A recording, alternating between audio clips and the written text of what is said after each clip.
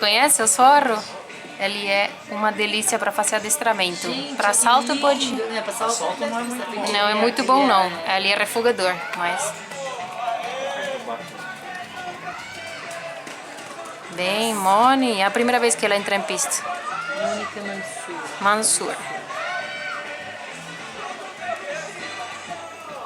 O trabalho que ia ter dado pra fazer essa Nossa, clínica. pensou? 2 horas e meia para fazer esse negócio. E quanto tempo deixa? Vou ter dó, né? 5 minutinhos. Eles deslancham logo? É porque senão acaba estragando o pelo, né? Estraga o pelo, né? Creme. Aí eu quando faço trança, eu não desmancho não, já fico Ah, tranquilo. não, tem que... Por isso você tá sem cabelo. Se você tivesse deixado bastante, deixado pouco, você teria perdido as tranças. Ui. Assim, cara, muito. Nossa, foi lá passeando na casa do chapéu. Agora volta correndo.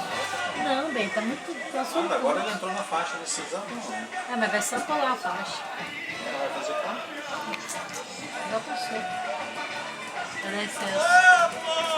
Aí, depois antes. Continua, continua.